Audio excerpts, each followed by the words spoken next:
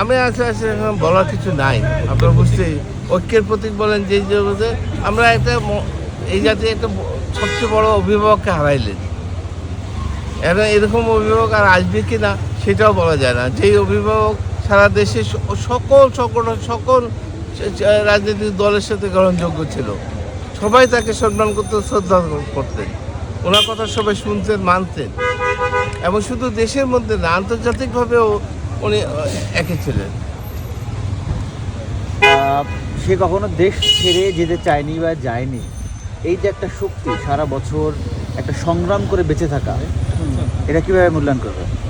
আপনি একটা যে চিন্তা করেন, এই যে ওয়ানের সময় চলেছে শেখ হাসিনা চলে গেলেন, ওনাকে নেওয়ার জন্য ওনার দুই ছেলের উপর অত্যাচার করা হলো, প্রচুর অত্যাচার করা হলো, তারপরে উনি দেশ ছেড়েন। উনি এক পর্যায়ে বললেন আমার দেশের বাইরে কোনো ঠিকানা নাই, আমার কোনো ঘর নেই, স্থায়ী ঠিকানা নাই, অতএব আমি দেশের বাইরে যাওয়ার কোনো পোস্টে মরি বাচ্চা এখানে থাকবে। এই যে কিছুদিন আগে উনি ইংল্যান্ডে গেলেন, ইংল্যান্ডে যে ওনার ছেলের সাথে থাকতে পারতেন উনি, ওনার দেশের প্রতি যে কী টান আপনি বুঝেন। এই অসুস্থ শরীর নিয়ে উনি আবার ফেরত আসলেন দেশে, অতএব ওনার দেশপ্রেম যে কী এটা বলে। আর এই দেশের জনগণ ওনাকে যেভাবে টানে, জনগণের প্রতি ওনার যে ভালোবাসা, উনি সবসময় একটা কথাই রাজনীতি করতে পারে, এই দেশের জনগণের কাছে আমার আবদ্ধ আছে, আমি এই দেশের জনগণকে ছেড়ে যেতে পারি।